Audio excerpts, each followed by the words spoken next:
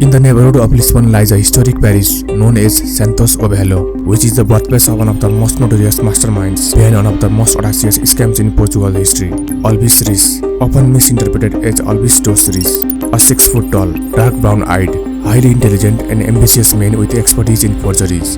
He was born as the son of a funeral director on September 8, 1896. Later, Reis prints so much money that Portugal's economy starts to crumble, which ultimately triggers a nationalist military coup d'etat, leading to the collapse of Portugal's government. His master plan to get rich quick becomes one of history's most notorious cautionary tales about the danger of currency manipulation. This is the story of a man whose ambition, greed and corruption leads to a major currency crisis in Portugal.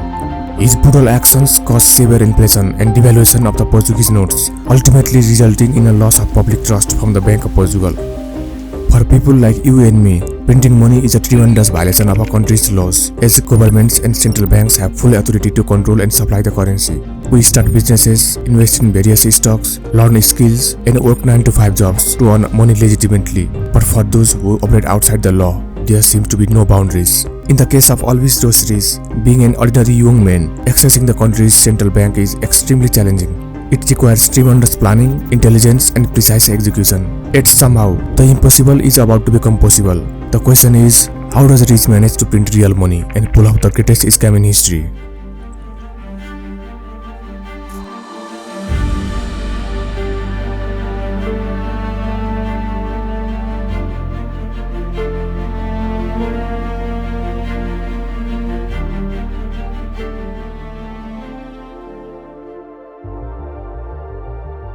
Born into a middle-class family, Reis's childhood was marked by a blend of modest stability, burning ambition, and the social pressure of early 20th century Lisbon.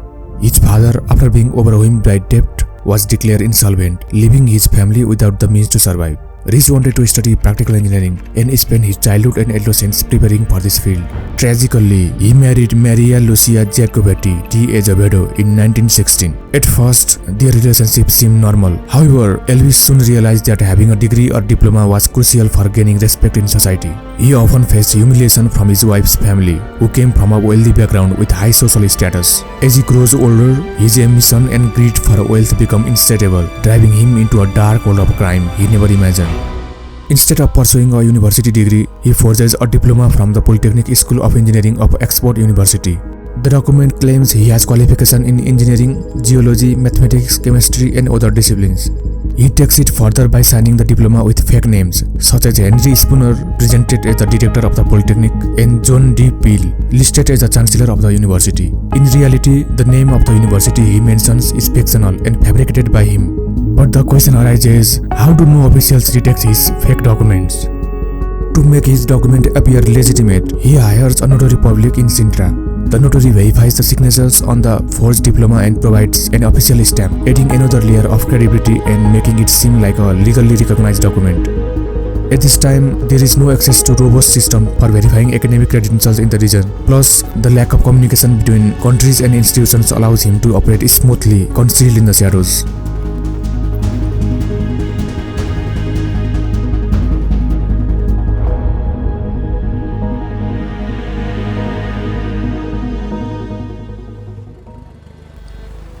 Same year, Reis moves to Angola with his wife. He gets a post in the Department of Public Works in Luanda. The economy in Luanda was largely based on trade, with exports like rubber, ivory, and minerals. However, it was under Portuguese colonial rule, and the city was primarily a port and administrative center for the Portuguese Empire in Angola. In addition to his first job, he took a second job as supervising engineer in the main railway repair shop. At just 22, he made waves in colonial Angola's railway system. His success earned him the position of Inspector of Public Works and acting chief engineer in 1918. But Reis had bigger plans. He soon left his posts to venture into Angola's interior as a trader. There he displays his trademark cleverness. He bought cheap military sandbags and sold them as premium jute, then discovered abandoned German tractors, restored them and sold them as new, turning hefty profits from both ventures. Back in Lisbon by 1922, Reis starts an import-export company with £6,000 capital, but fails when Angola's economy crashes. After losing money in a fruitless mining venture, he craftily gains control of the Mbeka Railway Company to access its £20,000 government loan. When fellow directors discover he has used this money to cover his debts and buy a mining company, they have him jailed for embezzlement in Oporto in 1924. While in prison, his loyal wife Maria began selling all their assets to pay for his bail. Rich doesn't waste his time behind bars. He dedicates himself to studying every detail of how the Bank of Portugal prints and issues its money.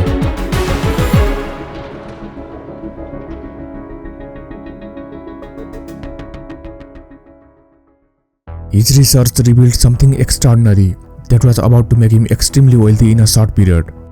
The bank had no system to check for duplicate notes and even reused old bills instead of destroying them. The bank had outsourced the printing of its banknotes to a British company, Waterloo & Sons. In 1887, the bank was authorized to print money worth up to twice its capital. By 1891, notes were no longer backed by gold, and by 1914, the bank was printing money worth more than 100 times its capital. The final blow came between 1918 and 1923, when the amount of currency in circulation increased sixfold, significantly weakening the Portuguese escudo compared to the British pound and the US dollar. Rich calculated he could inject £3 million into Portugal's economy without raising alarms.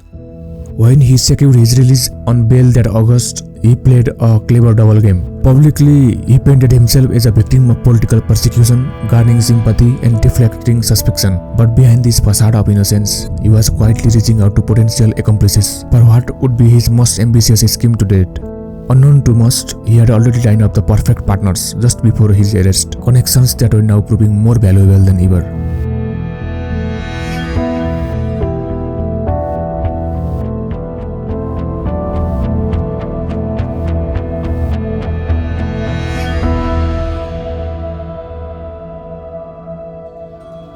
Enter Jose dos Santos Benria, whose brother Antonio was the Portuguese minister to The Hague. Benria had a history of crime stretching back to 1900. After 3 jail terms in South Africa for burglary, receiving stolen goods, and illegal liquor sales, he returned to Portugal in 1912. Through family connections, he secured a job at Garland, lately in Lisbon, only to steal £325 and flee to Mozambique in 1914. After another theft from Mozambique Railway Company, he eventually landed in The Hague by 1921, where his gambling-addicted brother Antonio hosted him. The second figure was Adolf Hennis, born as John George Adolf Doring in Germany. After abandoning his pregnant wife and child in Kassel, he escaped to New York and later Brazil, where he adopted the name Hennis and claimed Swiss nationality. In Brazil, he worked as a sales manager for Singer sewing machine under his new Swiss identity. During the First World War conflict, he profited from routing prohibited goods to Germany, accumulating £19,000 by 1918. He later made £19,000 more through illegal ammunition and currency speculation in Poland and Germany. During this time, he met Smarang, another conspirator, acting as the frontman in Elvis' plan. He was a Dutch war profiteer who had collaborated with Hennis during First World War conflict, earning 10% commission on illegal shipments to Germany. Between 1920 to 1923, he established Marang and Collingon trading in coffee and vegetable oils. Despite his business ventures, by 1924, he was £20,000 in debt. Marang, who had purchased a Liberian diplomatic passport and added Van Isselvier to his name. Jose was a compulsive gambler burdened with heavy debt to a Dutch bank. He was also romantically involved with the wife of a fellow ambassador, known as a womanizer. He had a history of criminal activities in South Africa and Portugal. It was Jose who introduced Elvis Rich to other two. Together, the four were about to jump into the execution of an extraordinary scheme.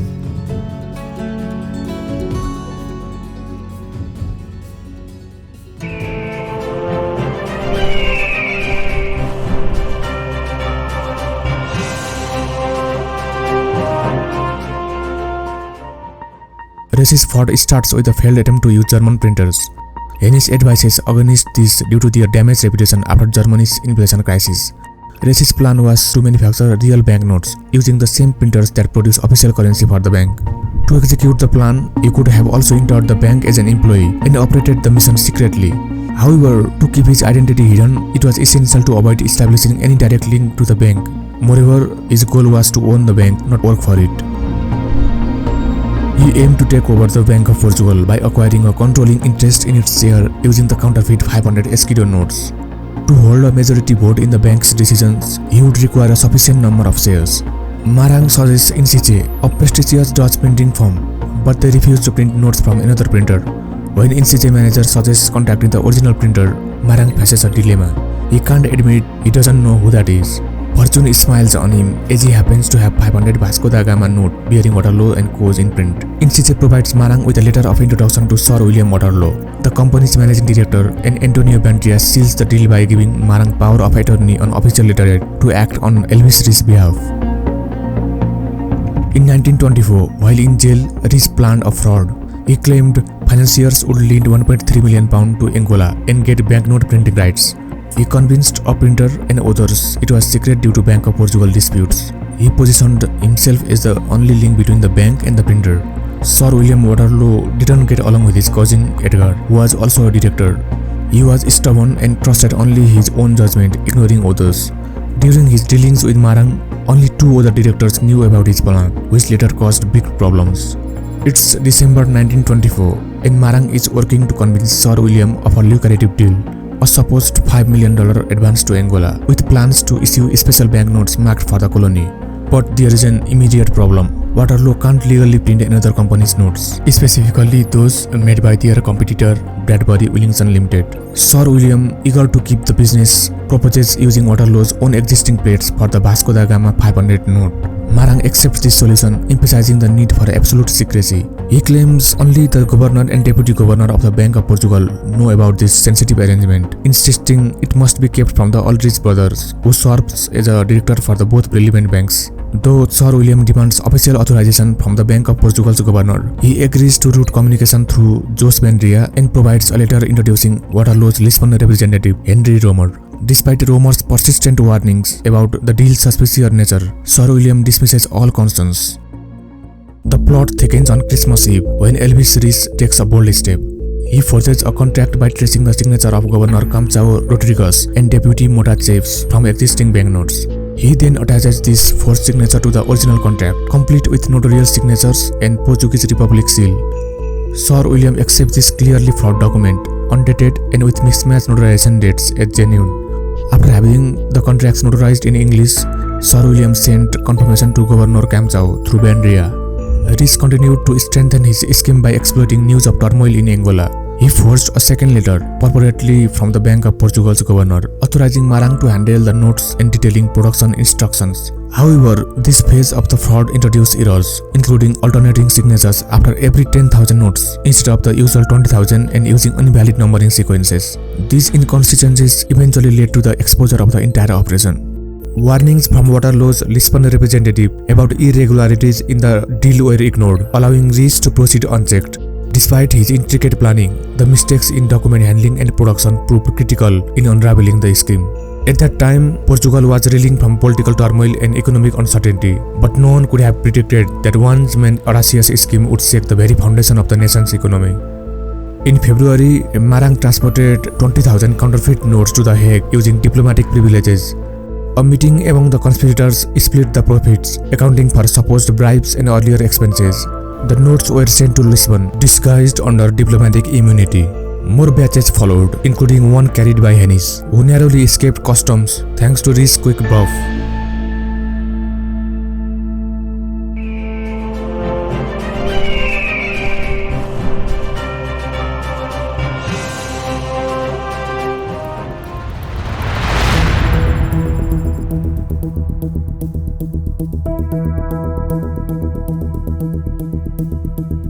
With £800,000 worth of counterfeit notes in Portugal, Rees began laundering the money. In June 1925, Rees and his partners established the Bank of Angola and Metropole, with Jose Banderas as its leader. The bank was a front to circulate their forged bills and fund investments in Portugal and Angola. Maintaining the illusion that they acted on behalf of the government, Rees urged his partners to remember their moral obligations to Angola. Rees reaped 25% of the scheme's proceeds, amassing great wealth. He and Banderas expanded Portugal's monetary base illegally, sparking an economic boom through bold investments in currency, land, construction, and businesses.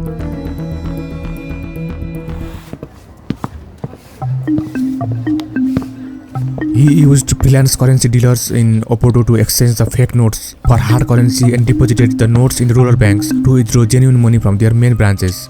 Despite one bank manager sending a note for verification, the Bank of Portugal mistakenly confirmed its authenticity. Rees fronted his new wealth, purchasing vast lands, 3 farms, a fleet of taxis, luxurious gifts, expensive jewelry and clothing for his wife, and even the opulent palace of the Golden Boy, which is now the British Council in Lisbon. Bendria invested in retail ventures, dabbled in various enterprises, and made an unsuccessful attempt to buy the influencer newspaper Diário de Notícias. He planned to buy a majority stake in the Bank of Portugal itself, aiming to control it and issue banknotes freely. However, mistakes in the false notes, such as numbering errors and mismatched signatures, raised suspicion. By September 1925, more fake notes were poured into Lisbon. Rees used brokers to buy shares in the Bank of Portugal, driving up prices. Meanwhile, Angola's economy showed signs of recovery, boosting Rees's reputation there. In October, he traveled to Angola, where he was hailed as a savior, further cementing his image. However, they were unaware that a shadow of a doom was quietly closing in.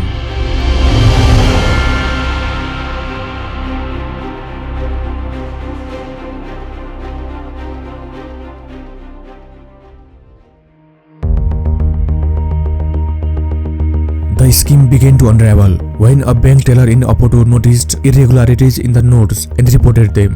Experts confirmed the notes were duplicates, exposing the fraud. Public outrage followed, and the press linked Rees's bank to corruption and economic instability. Riots erupted, and the Bank of Portugal recalled the fraudulent notes. Rees's friends warned him that his plans had been exposed, while his German-registered ship was waiting for a pilot in Caxias Bay. Typically, Rees decided to brazen it out. Hennis, behaving as he usually would, quietly escaped using the pilot boat and later reboarded the ship which was sailing on to Germany. There he went to ground. Secrecy in such situations is unattainable. Rumors spread rapidly across the country, leading to unrest near major banks in larger cities, requiring police intervention. The Bank of Portugal's directors decided to withdraw all Vasco da Gama notes and replace them with a new series. Individuals submitting more than 20 notes were required to sign a receipt. The situation escalated dramatically. Elvis Rees firmly upheld the false claim that Camçao Rodrigues and Mota Gomes had instructed him to secretly negotiate with Waterloos. The investigating judge Pinto de Magalhães, a man prone to rash decisions, declared Rees innocent before a trial and arrested the two directors. Sir William, accompanied by his wife and staff, traveled to Lisbon but achieving nothing to resolve the issue. The anger of the Portuguese public was so intense that the Sir William and his group had to leave the country shortly after using false names for their safety. During the investigations, authorities raided the apartment of Fanas Suarez despite its diplomatic status, uncovering 85,000 Vasco da Gama notes. Venezuela was promptly requested to recall its representative. The police continued their raids to further the inquiry. Rees and his co-conspirators were arrested or fled. Marang claimed innocence but was jailed briefly in the Netherlands before resuming a normal life. Hennis fled to Germany.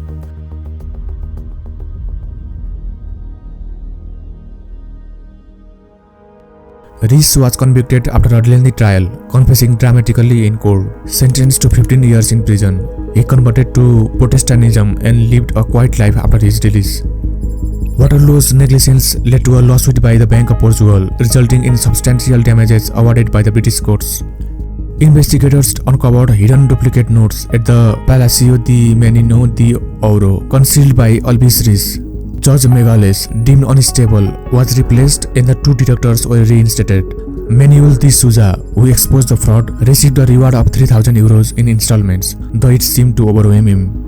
The press, led by O Ciclo, expanded its campaign to highlight widespread corruption in Portugal, blaming the environment that enabled such frauds and demanding urgent reforms to revive the nation. Of the main conspirators, Jose Bendria surrendered his wealth and was jailed, awaiting trial alongside Elvis Rees. Both tried to implicate Camçao Rodrigues and Mota Gomes, but Rodrigues protested his innocence. He was eventually imprisoned in Holland, where he lived under an alliance with his daughters after his wife's death.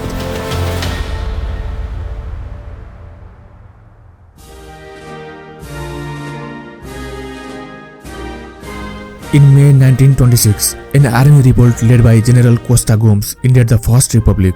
2 years later, Antonio Oliveira de Salazar became finance minister, then prime minister, beginning the long era of the Estado Novo. In Portugal, a special tribunal was created to try Alves and conspirators for a massive fraud. His lawyers delayed the trial, but it took place in 1930, drawing national attention. Rees, who claimed innocence, suddenly pleaded guilty in a dramatic 5-hour confession. When asked why, he rebuked the judge for probing his soul. Rees and his accomplices Jos Bandria and Hennis were sentenced to 15 years, released in 1945 as World War II ended.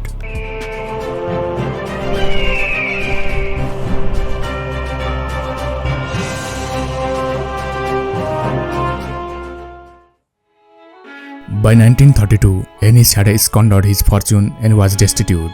He tried to extort his former mistress, Annalise Engo, but she reported him to the police. He was jailed and upon release lived in poverty.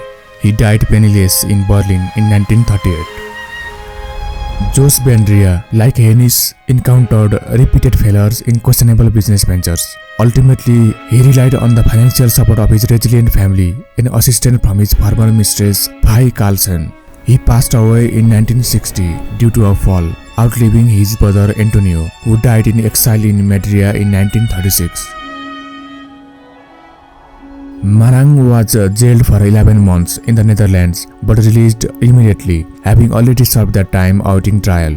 He moved to Brussels, then France, where he built a successful chandelier business and became a French citizen. By 1946, he settled in Cannes. In 1960, he died wealthy and respected, surrounded by family. Alves Rees, their leader, experienced a religious transformation while imprisoned, embracing the evangelical Protestant faith.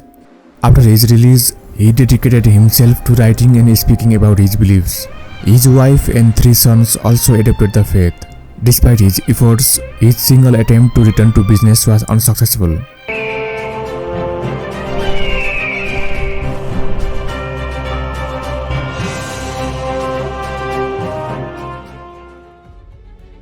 The Bank of Portugal filed a lawsuit against Waterloo and Sons, alleging negligence in high-profile banknote forgery scandal. The trial, initially set for November 1929, was delayed as Sir William Waterloo assumed the role of Lord Mayor of London. The case eventually opened in November 1930, with the Bank of Portugal demanding £1,115,613 in damages. The British press widely covered the dramatic proceedings. The court awarded the bank £531,851 in damages and an additional £50,000 in costs. Waterloo and Sons appealed to the High Court, where damages were reduced to £300,000 plus costs. Dissatisfied, the Bank of Portugal escalated the matter to the House of Lords. In April 1932, the House of Lords ruled in favor of the Bank of Portugal, granting them £610,392 in damages and covering the cost of all hearings, totaling £95,000. The verdict impressed Portugal, showcasing British principles of justice and fairness. Sir William Waterloo did not live to witness this final decision, having died of peritonitis in 1931.